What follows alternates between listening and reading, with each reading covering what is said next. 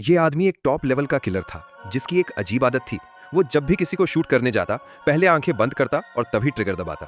इस बार भी उसने यही किया और टारगेट को खत्म कर दिया। लेकिन इसी के साथ उसकी और उसके साथी की मुसीबत शुरू हो गई।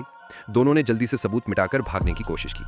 नीचे सीढ़ियों से जाने लगे तो देखा कि सारे बॉडीगार्ड रास्ता रोक चुके थे।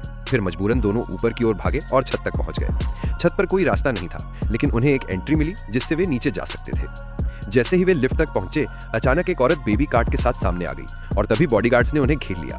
खतरे की हालत देखकर दोनों ने पलटवार किया और महज 2.5 मिनट में सारे बॉडीगार्ड्स को खत्म कर दिया। इसके बाद वे कचरे के ट्रक में कूदकर वहां से बच निकले।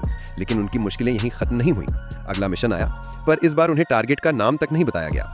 दोनों को एक 5 स्टार होटल ले जाया गया। मैनेजर ने उन्हें एक प्रेसिडेंट सूट दिया और कहा कि ये उनके लिए गिफ्ट है, क्योंकि किलर अब रिटायर होना चाहता था। कमरा और भी लग्जरी था, यहाँ तक कि 2 औरतों को सर्विस के नाम पर भेजा गया। लेकिन किलर को शक हुआ जब उनमें से एक ने खिड़की का पर्दा खोलना चाहा। वो तुरंत समझ गया कि बाहर से स्नाइपर अटैक हो सकता है, और सच में जैसे ही पर्दा हटा, सामने की बिल्डिंग से गोलियों की बौछार शुरू हो गई। किलर और उसका साथी किसी तरह सोफे के पीछे छिप गए। लेकिन असली खेल अब शुरू हुआ, क्योंकि वही वेटर और औरतें जो मासूम लग रहे थे असल में हत्यारे निकले। कमरे में हाथापाई शुरू हो गई। किलर ने पूरी ताकत लगाकर उन्हें रोका, लेकिन बाहर से स्नाइपर फायर लगातार हो रहा था।